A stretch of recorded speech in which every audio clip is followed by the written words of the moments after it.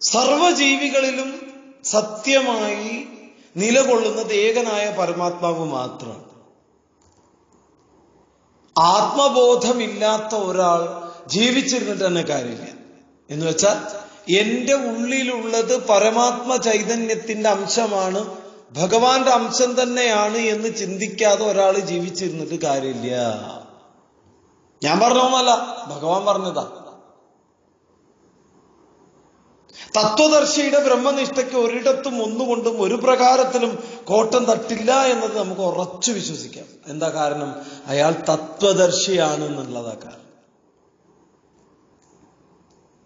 നമ്മള് ഒരു രോഗമൊക്കെ വന്നാല് കർമ്മരംഗത്തു നിന്ന് തൽക്കാലം മാറും, ജോലി സ്ഥലത്തു നിന്നൊക്കെ ഒന്ന് മാറി ആശുപത്രിയെ ആശ്രയിച്ച് നമ്മൾ ചികിത്സയിലേക്ക് പോകും. എന്ന് വെച്ച് രോഗം മാറിയാലും ആശുപത്രിയിൽ തന്നെ വിശ്രമിക്കുമോ നമ്മൾ? ഇല്ലല്ലോ. മറിച്ച് വീണ്ടും നമ്മൾ എവിടേക്ക് പോകും? നമ്മൾ ആദ്യം ഉണ്ടായിരുന്ന കർമ്മരംഗത്തേക്ക് തന്നെ നമ്മൾ പോകും. അപ്പൊ പൂർവാധികം കരുത്തോടെ പ്രവർത്തിക്കുകയാണ് നമ്മൾ ചെയ്യുന്നത്. അതുപോലെ ആധ്യാത്മികമായ ആരോഗ്യവും വീണ്ടെടുക്കണം. അതിന് യോഗ പരിശീലനവും ധ്യാന പരിശീലനവും മനോബുദ്ധികളെ ഏകാഗ്രമാക്കി സാമ്യാവസ്ഥയിൽ നിലനിർത്തി കഴിവുള്ള യോഗി അക്ഷയമായ ഒരു ശക്തി കേന്ദ്രമായിട്ട് മാറണം.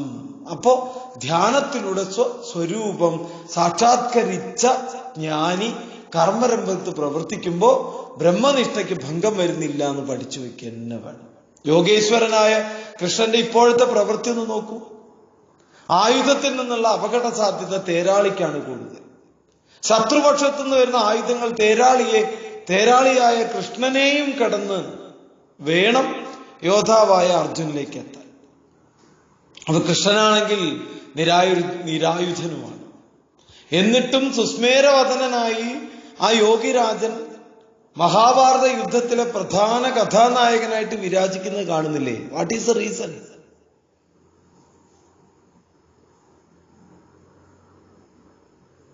സർവഥാ വർത്തമാനോപി, ഏത് തരത്തിലുള്ള കർമ്മത്തിൽ ഏർപ്പെട്ടാലും ശരി, സയോഗി മയി വർത്തതേ, ആ യോഗി പരമാത്മാവിൽ തന്നെ നിലനിൽക്കണം. ഞാൻ അതുകൊണ്ടാ പറഞ്ഞത്,